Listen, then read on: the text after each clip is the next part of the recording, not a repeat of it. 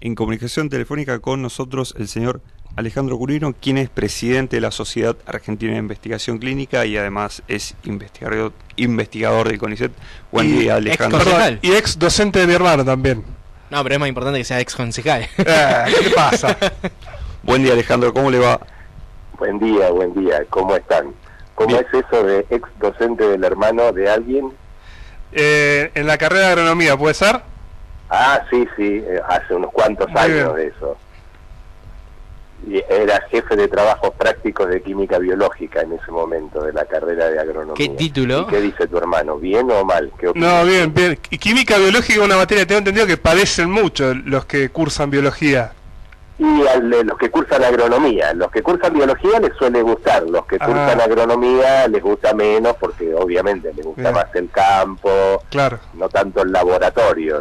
Y química microscopio. biológica es una materia esencialmente de laboratorio. Muy bien. Igual está... Pero lo que pasa que, bueno, las plantas y los animales tienen su química para Claro. funcionar, y para entender muchos aspectos de ellos hay que entender cómo funciona su química. Muy bien. Igual está a 3 materias a recibirse. El problema es que hace 3 años está a 3 materias a recibirse, pero bueno.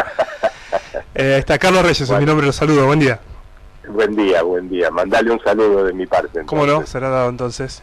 Y alguna vez también le voy a confesar algo al aire. Alguna vez discutí con usted en mis primeras sí. armas como periodista en el Palacio de la Municipalidad hace hará unos 10 años. Reconozco que fui muy pedante, seguramente por la juventud también, y usted me ubicó. Ay, dame algún detalle más que no me acuerdo. Igual te digo, no es muy difícil discutir conmigo, pero dame algún detalle más que no me acuerdo. No, ¿Qué tema era? justo era el pleno conflicto con el campo. Y bueno, yo la vereda opuesta, pero más allá de las diferencias ideológicas estuve muy mal yo.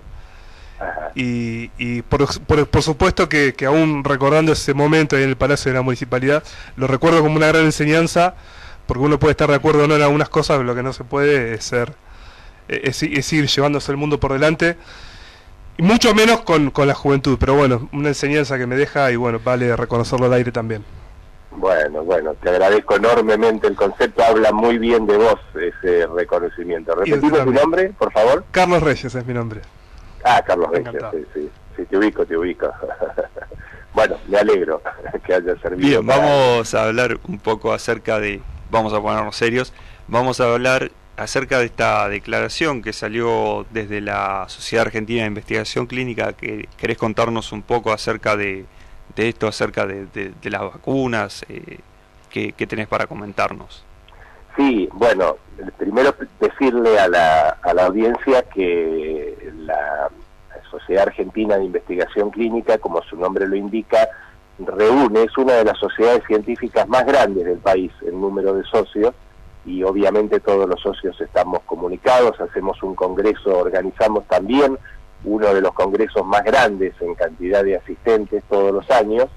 Y empezamos, lo primero que observamos desde quería aclarar, como su nombre lo indica, de investigación clínica, muchos de los integrantes de la sociedad son las personas que llevan adelante los ensayos clínicos, que son los necesarios para demostrar si un medicamento o una vacuna, en el caso que nos ocupa, puede aplicarse en el ser humano, tanto porque es efectiva como porque no tenga efectos nocivos, efectos secundarios, efectos peligrosos. Esos son los ensayos. Después los resultados de esos ensayos se le da a un ente regulador muy importante que tiene el país, que muchos países tienen, que es la ANMAT, muy prestigioso, con una historia muy importante. Cuando ustedes abren el botiquín, los remedios que ustedes tienen en el botiquín solo lo pueden tener en el botiquín porque la ANMAT lo aprueba. Si la ANMAT no lo aprueba, no estarían esos remedios en el botiquín. Entonces se le dan esos resultados a la ANMAT los estudia con profesionales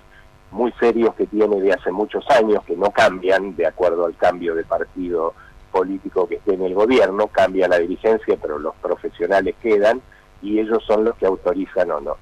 Entonces lo que nos llamó la atención es que empezamos en la sociedad a recibir consultas que demostraban un miedo a la vacuna, ¿no? Muchas consultas de un miedo a la vacuna, lo que nos llamó poderosamente la atención, teniendo en cuenta que la vacunación es un método que se viene aplicando en la humanidad desde el año 1796, cuando Edward Jenner, un inglés, vacuna por primera vez contra la varicela. Sí. Y la varicela hoy en día está erradicada, se erradica en 1980 justamente gracias a la vacunación. Y es más, si ustedes arreglando el patio de casa se cortan con una lata oxidada, van al hospital y lo primero que el médico le pregunta es si tiene la antitetánica, cuando se la puso, y le hace un refuerzo de la vacuna justamente antitetánica, y a nadie se le ocurre tener miedo porque lo van a vacunar de la antitetánica o preguntar si la vacuna es rusa, comunista, capitalista, la procedencia. Buen día, Curino, Mauro Senesi, pero creo que ese miedo tiene también algo que ver. Hay que decir que las vacunas tienen todo un proceso y un desarrollo clínico de muchos años de investigación, y esto es todo muy reciente, de menos de un año que lleva esto. Entonces también eso genera susceptibilidades, más allá después de algunos riberetes políticos de ponerle denominación de vacuna rusa o vacuna estadounidense, de acuerdo al pensamiento ideológico de cada uno. Pero creo que el miedo genuino existía y creo que existe, porque no es normal que una vacuna en un año de desarrollo ya se esté inoculando a toda la población mundial. Bueno, te agradezco enormemente la pregunta y refuto lo que decís con todo respeto. Sí, es absolutamente normal, y te lo puedo explicar claramente. Ese es justamente uno de los miedos que más le han trasladado a la sociedad, inclusive gente por ahí con formación universitaria.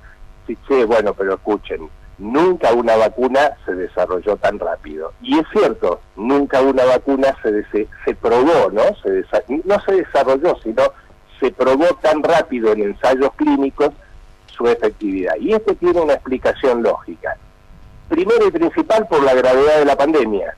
O sea, ¿quién prueba una vacuna en una situación normal? La vacuna antitetánica la prueba una empresa que puede ser una empresa multinacional, pero no deja de ser una empresa. La prueba la empresa, es decir, la inversión para los ensayos clínicos la pone una única empresa, y la cantidad de voluntarios que hay que tener para esos ensayos clínicos lo tiene que conseguir esa única empresa. Acá hubo un movimiento internacional justamente por la gravedad de la pandemia, en la cual muchos estados asumen el riesgo. Asumen el riesgo invirtiendo en la... Claro, entre ellos el Estado argentino pusieron, pero es multifactorial la causa de todas maneras, pusieron sus estructuras hospitalarias y todo su personal para justamente aumentar la velocidad y la cantidad de esos ensayos clínicos. Muchos estados, entre ellos el argentino. Entonces los ensayos clínicos no lo hizo una única empresa, lo hizo varias empresas en el mundo con muchísimos estados, entre ellos el argentino, poniendo toda su estructura y todo su personal a favor de realizar esos ensayos clínicos. Pero más te digo, nunca hubo en la historia de la vacunación una cantidad tan grande de voluntarios. Siempre cuesta mucho conseguir los voluntarios. Una única empresa buscando voluntarios, muchas veces hasta se tiene que pagar, es muy frecuente en Estados Unidos, para esos voluntarios, y entonces el proceso te lleva 7 años, 8 años, claro, 10 años. Acá, un porcentaje elevadísimo de la población mundial, incluida la Argentina, se ofreció como voluntaria. Entonces no faltaron voluntarios, sobraron voluntarios. A eso agregarle la inversión, no solo de las empresas, sino también de los estados. Los estados invirtieron dinero, incluyendo el argentino, lo que permitió contratar mayor cantidad de profesionales, que son los que tienen que llevar a cabo estos análisis, lo que permitió que a su vez fuera más rápido. Pero además de todos estos factores que te estoy explicando, en el caso de la Sputnik 5, de la vacuna desarrollada por el Instituto Gamaleya de Rusia, ellos ya venían, porque les quiero explicar esto, que es muy importante que la gente entienda. El mecanismo central, básico de la vacunación, el central, es exactamente el mismo desde 1796, en que Edward Jenner, como le decía, vacunó con la varicela, y si después tienen tiempo, y sobre todo para llevar tranquilidad a la gente, se los explico. Entonces el Instituto Gamaleya de Rusia ya venía, lo que varía la vacuna consiste en engañar al sistema inmunológico y ponerle una única molécula del microorganismo o un microorganismo muerto, inyectarla en el ser humano. Entonces el sistema inmunológico está engañado, cree que está siendo atacado por el virus y produce todas las defensas que normalmente produce cuando entra el virus entero. Pero como el virus entero no está entrando, la enfermedad no se puede producir, pero las defensas se producen igual. Bueno, lo que varía, esto que acabo de decir así súper resumido, es el mecanismo básico. Desde 1796 hasta ahora todas las vacunas usan ese mecanismo. Lo que cambia es la forma de introducir en el ser humano esa molécula o ese microorganismo muerto para engañar al sistema inmunológico y que fabrique las defensas. Entonces ya quedamos con toda esa defensa, y si entra el virus enterito, entonces ya tenemos toda la defensa y el virus no puede prosperar porque inmediatamente las defensas lo atacan. Bueno, la vacuna que realizó el Instituto Gamaleya, la Sputnik 5, que es la que se está utilizando ahora en Argentina, ya existía una vacuna idéntica para el ébola. Usa otro virus, la vacuna usa otro virus como transporte para la molécula del virus del COVID. Ellos ya habían desarrollado una vacuna exactamente igual para el ébola. Entonces lo único que tuvieron que hacer, y agregando a todos los factores que dije antes, esto también explica la rapidez y el hecho de que salió primera, todo lo que tuvieron que hacer es, en vez de ponerle a ese virus que transporta al interior del ser humano la molécula del COVID, sacarla del ébola, no sacarla porque el virus ya está, y poner la famosa spike, ¿no? Que es esa, cuando ven el dibujito del virus, eso que parece como púas, sí, que le salen del virus que produce la COVID-19. Bueno, lo único que tuvieron que hacer es introducir eso a ese adenovirus y usar ese adenovirus como transporte para introducir esa spike dentro del cuerpo humano. Entonces el sistema inmunológico ve la spike y dice, me está atacando la COVID-19, y fabrica todas las defensas. Ahora, entonces todo esto explica la velocidad, ¿se entiende? Sí, aparte de que hubo una gran cooperación de intercambiar investigaciones científicas, que eso también estimula y acelera los procesos, imagino. Por supuesto, para el que le tenga miedo a la COVID-19, quiero decirle, primero, que el gobierno alemán está interactuando con el Instituto Gamaleya para empezar a hacer investigaciones con la misma vacuna Sputnik 5 y con la probabilidad de producirla en Alemania. Pero más, la AstraZeneca Oxford también. La AstraZeneca, y nosotros desde la sociedad queremos decir esto: todas las vacunas que están aprobadas por los organismos de control tienen la misma eficacia y la misma seguridad que cualquiera de las vacunas de la historia de la humanidad. Y se está viendo esto ya en los miles de vacunados que hay en Argentina. El porcentaje de efectos adversos es entre el 3 o el 4%, que es el mismo en promedio para todas las vacunaciones de toda la historia de la humanidad, y que son leves: fiebre, dolor muscular, un dolor en la zona de la inyección, etcétera. Así que, digo, lo que queremos transmitir desde la sociedad, contrarrestando ese temor que, como ustedes decían, puede ser natural por la velocidad, y creemos que a lo mejor no está bien explicado por qué fue la velocidad en este caso, porque es un éxito justamente. Y también no hay que ser ingenuo. Nosotros vemos una campaña en determinados medios de comunicación y a partir de determinada dirigencia política que parecen que buscan transmitir miedo a la población en contra de la vacunación, o que buscan que la pandemia no se puede controlar, por ejemplo, tomando una sustancia tóxica en cámara, como lo hizo una periodista muy reconocida, como es el caso del dióxido de cloro. Nos llama mucho la atención, mucha de la gente que nos venía a preguntar y a transmitir temores sobre la vacunación, le preguntábamos si estaría dispuesta a tomar dióxido de cloro y nos decían que sí. Entonces caíamos en una situación totalmente paradójica. Aquello que lleva desde 1796 comprobado que es efectivo, produce miedo, y un producto que la ANMAT está diciendo que es tóxico, que no se puede administrar, la gente es capaz de tomarla. Entonces ahí nos parece que hay una cierta influencia desde algún tipo de, no sé, de usina que busca, suponemos, un rédito político partidario coyuntural. El problema es que al medio de ese rédito político partidario coyuntural estamos nosotros, ¿no? Los oyentes, ustedes. Tengo entendido que, Curino, que la de Pfizer y Moderna utiliza una tecnología totalmente nueva, o sea, diferente a la que usted bien mencionaba de la Sputnik, que si bien está correlacionada con el ébola y viene siguiendo una línea de las vacunas tradicionales. Tengo entendido que esta de Pfizer y Moderna es totalmente nueva, y a mí sí me genera cierta curiosidad, sin ser experto en el tema, de que se pruebe una tecnología tan diferente a las vacunas en medio de una pandemia, y que eso le haya generado a Pfizer y Moderna poder hacer una investigación tan cara, como usted nos decía, que a veces lleva 7, 8 años, hacerla en un año y inocular a una población tan grande con una tecnología que antes no se había puesto en duda, antes no se había puesto nunca en acción. Entonces, a mí me genera más seguridad la de Oxford AstraZeneca y la de Gamaleya, porque como bien usted dice, lleva todo un camino de una tecnología que ya está aprobada, pero esta de Pfizer y Moderna nunca se utilizó, y se utiliza en un año como este tan particular. Está bien.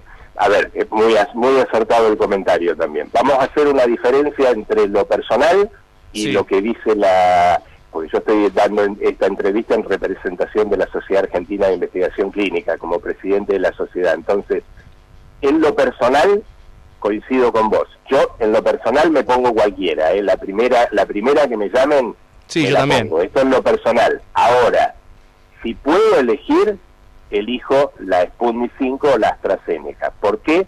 Por el motivo que vos decís. De todas maneras, desde la sociedad lo que queremos decir es esto: si las vacunas, y ahora te explico algo de la vacuna de Pfizer, si las vacunas están aprobadas por un organismo de control, son igual de eficaces y de seguras que cualquiera de las vacunas, por ejemplo la de la gripe, que mucha gente que nos transmitía que no se iba a poner la de la COVID-19, le preguntábamos, ¿usted se pone la de la gripe todos los años? Sí, bueno, es una vacuna, es igual. Volviendo a por eso digo, nosotros desde la sociedad no hacemos favoritismo por ninguna vacuna. Todas las que estén aprobadas por los organismos de control nos parece correcta, y le decimos a la gente que se vacune sin miedo y sin problema, porque además es la herramienta más eficaz que tenemos para combatir la pandemia. Es cierto que la de Pfizer, viste, yo recién les decía, ¿no? El mecanismo de vacunación básico central es siempre el mismo y consiste en introducir una molécula o un microorganismo muerto o una molécula de ese microorganismo. Pero lo que varía de vacuna a vacuna, les decía, es la forma de introducir en el ser humano ese microorganismo muerto o esa molécula de ese microorganismo para engañar al sistema inmunológico. Efectivamente, la vacuna Pfizer usa un método totalmente nuevo, introduce la misma molécula de la COVID, la Spike que hablábamos recién, pero en vez de usar un adenovirus, como usan las otras como medio de transporte, como camioncito para meterlo dentro del cuerpo humano, utiliza una molécula, y acá tenemos que ser un poquito más técnicos, que se llama ARN mensajero, ácido ribonucleico mensajero. Esta Spike, esta molécula Spike que se pone en el virus, es una proteína. Y todas las proteínas son fabricadas en la célula a partir del mensaje que tiene esta molécula ARN mensajero, ácido ribonucleico mensajero. Entonces, ¿cuál es la forma de introducir la proteína del virus de la COVID-19 que usa la de Pfizer? En vez de introducir la proteína, introduce el ARN mensajero. Ese ARN mensajero entra a la célula, y dentro de la célula cree que es un ARN mensajero propio y fabrica ahí la proteína Spike. Y acá volvemos al mecanismo central. El sistema inmunológico cree que está siendo atacado por el virus y produce las defensas contra el virus. De todas maneras, hay un cierto paralelismo, con Gamaleya, porque Pfizer ya venía, no es que empezó a desarrollar esta técnica de introducir la molécula del microorganismo, la Spike, ahora, sino que ya venía desarrollando este mecanismo de vacunación. Y pasa lo que pasa siempre, y esto es tan importante en la ciencia, ¿no? Le solemos dar muy poca pelota a la ciencia, salvo en momentos como estos, donde ahí sí tenemos que recurrir a la ciencia. Lo que pasa es que siempre ocurre lo mismo. Cuando surge una emergencia, hay ramas de la ciencia, hay institutos, hay grupos, hay investigadores que venían estudiando un tema similar o afín al tema que está causando la emergencia, y entonces ellos son los más capacitados para actuar rápidamente. En este caso, Pfizer venía desarrollando, sin pensar en la COVID-19, esta nueva forma de introducir la molécula del microorganismo para engañar al sistema inmunológico. Y la emergencia del COVID calzó justo para continuar ese desarrollo, pero ahora específicamente con esta proteína Spike del virus. De todas maneras, las dos cosas quiero decir. ¿Por qué los ensayos clínicos se hicieron tan rápido? Por las mismas causas que le daba recién. No fue Pfizer sola la empresa la que tuvo que llevar a cabo los ensayos clínicos. Muchísimos estados, entre ellos también Argentina, porque también se hicieron ensayos clínicos acá, pero muchísimos estados más pusieron toda su estructura, toda su inversión, y no olviden los voluntarios. Los voluntarios. Que Argentina fue el que más voluntarios ofreció.